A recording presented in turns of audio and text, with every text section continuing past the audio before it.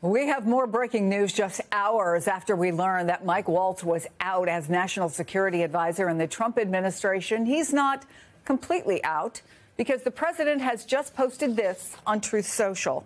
I am pleased to announce that I will be nominating Mike Waltz to be the next U.S. ambassador to the United Nations. From his time in uniform on the battlefield, in Congress, and as my national security advisor, Mike Waltz has worked hard to put our nation's interests first. I know he will do the same in his new role. In the interim, Secretary of State Marco Rubio will serve as national security advisor while continuing his strong leadership at the State Department.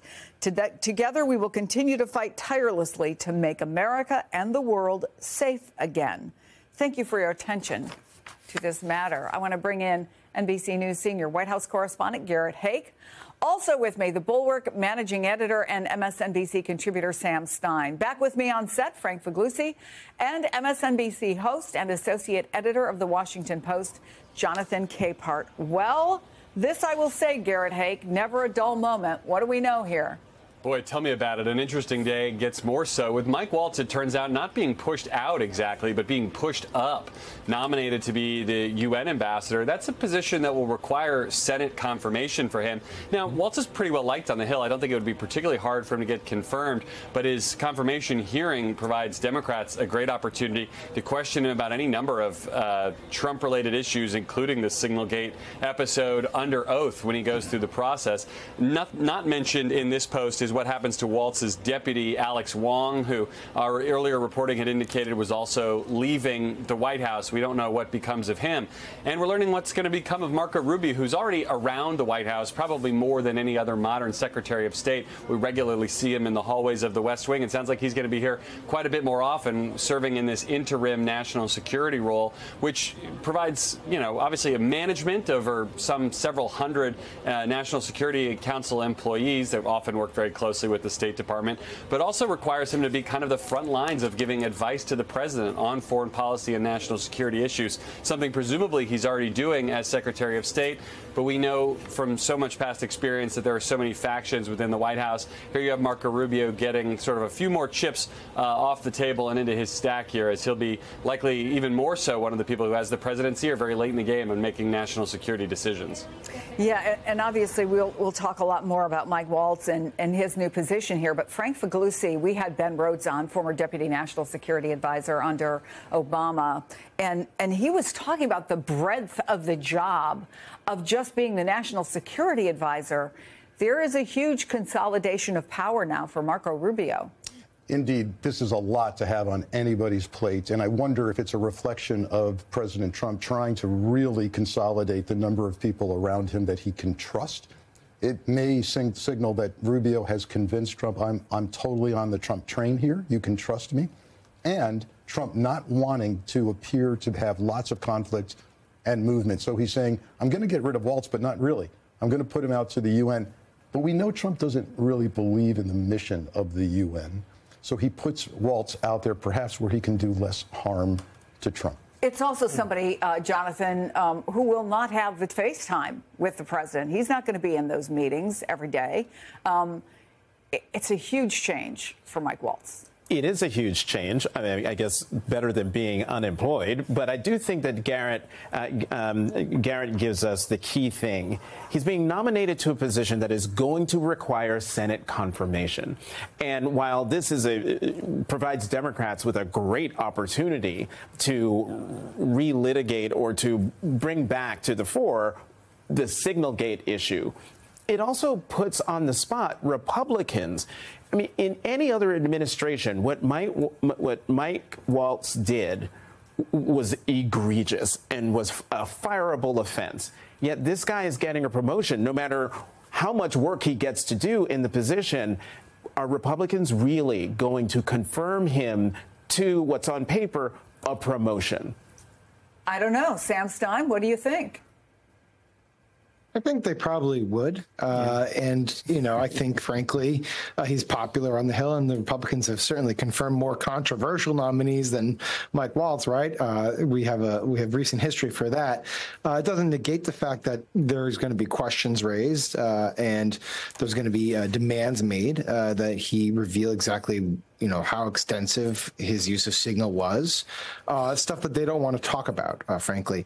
And let's just keep in mind, Mike Waltz was fired. They might want to quibble with it, but he was fired from his job.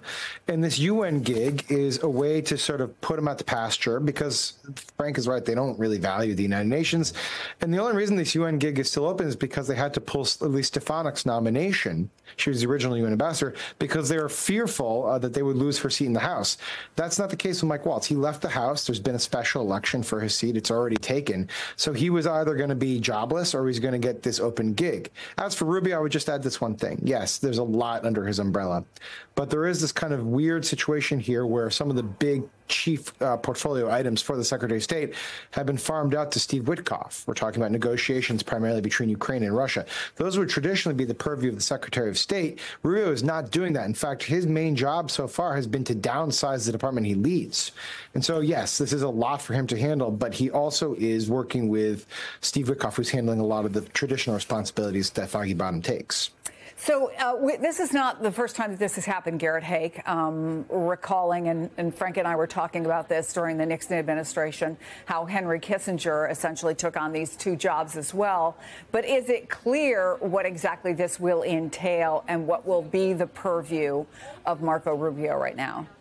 No, it's really not. I mean, some of that will depend on how much of Mike Waltz's staff stays here at the White House and how much is forced out. I mean, is Rubio leaving a skeleton organization here at the White House, or does he get to keep what Mike Waltz had put in place? And is his opinion going to be valued more or even equally in his dual-hatted role, or is this more of a sort of sweeping of an organization that Trump doesn't like? Under Marco Rubio. But remember, Donald Trump had 4 national security advisors in his first term. This is like being the drummer for Spinal Tap. You don't have, What? Say that again. I'm trying. You just don't get a lot of, length of tenure, if you will, in that position. And so, how Trump views the person who's in that role and whether he sort of treats Marco Rubio with any more or less credibility, I think, is one of the many, many open questions this double switch provides. Serious or not, because we've all had a laugh on that, Frank, but it's a good question, right? I think it's a serious question. Well, so Waltz has lasted longer than General Mike Flynn as National 24 Security days, Advisor. I think he lasted. Yes, indeed. So there's that. But again, I come right back to how the world views this kind of instability and change and flux. And you can't help but wonder if our adversaries are thinking Trump simply doesn't have a handle on this. And whether or not there are people in any influential role who will be concerned about what they see going on, Jonathan. Right. Are there people in influential roles who maybe aren't Marco Rubio or I don't know who? I don't know. But when you look at what's going to happen to Secretary Marco Rubio, I look at how he's performing the job of Secretary of State now versus the guy who had the job in the previous administration. Secretary Antony Blinken spent more time on the road shuttling throughout the Middle East, back and forth to Ukraine, trying to negotiate deals. That is the job of Secretary of State. But if you are now also National Security Advisor, you're kind of tethered to the White House. And so I think maybe Garrett or Sam was making the point about maybe all that work is going to go to Witkoff, who has been doing that shuttle diplomacy. And I'm not sure that, he's got the stature or will be able to do anything that the previous Secretary of State was able to do. How much in these kinds of situations, when you're talking about very complicated geopolitical conversations, negotiations that are going on, are about the message, and how much is about the messenger and the level of respect and the level of experience?